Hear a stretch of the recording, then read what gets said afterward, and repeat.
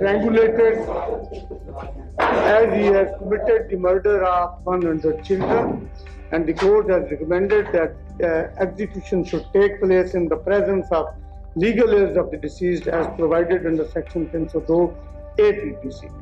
After that, his dead body should be cut into 100 pieces and the same should be put in a drum containing the acid, which has been the formula which has been described by him in his death. What if I told you that one man claimed the lives of 100 innocent children, leaving behind one of the most horrifying crime stories in history? This is the story of Javed Iqbal, a man whose crimes shocked Pakistan and the world. A man who meticulously planned, executed, and documented his murders before turning himself in. But his story doesn't end the way you might expect. Stay with me as we uncover one of the darkest chapters in criminal history. Javed Iqbal was not an ordinary criminal. Born in Lahore, Pakistan, in 1956, he came from a wealthy family and had everything one could ask for. Yet, he chose a path of horror.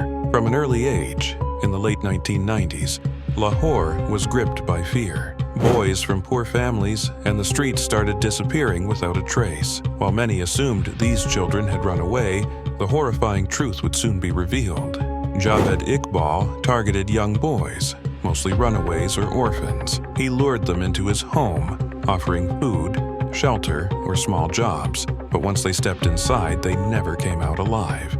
Iqbal would strangle his victims using a metal chain, then document their deaths in a diary. He kept photographs of each child, along with their names and other details. What made his crimes even more chilling was his method of disposing of the bodies. He dissolved them in acid, leaving no physical evidence behind. For months, he continued his gruesome killing spree. The police remained unaware, and no one suspected that Lahore's missing children were victims of a single man's twisted obsession. Then, in December 1999, Javed Iqbal did something unexpected. He turned himself in. He sent a letter to a newspaper and the police, confessing to the murders of 100 children. Authorities raided his home and discovered horrifying evidence: blood-stained walls, photographs of victims, and containers of acid. In his confession, Iqbal claimed he was taking revenge on society for the injustices faced by street children. During the trial, Javed Iqbal showed no remorse. He detailed how he carried out each murder, making it clear that he had no regrets. The judge sentenced him to a punishment as brutal as his crimes. He was to be strangled with the same chain he used on his victims, then cut into 100 pieces and dissolved in acid, a punishment designed to reflect the horror of his actions. But before his execution could take place, something shocking happened.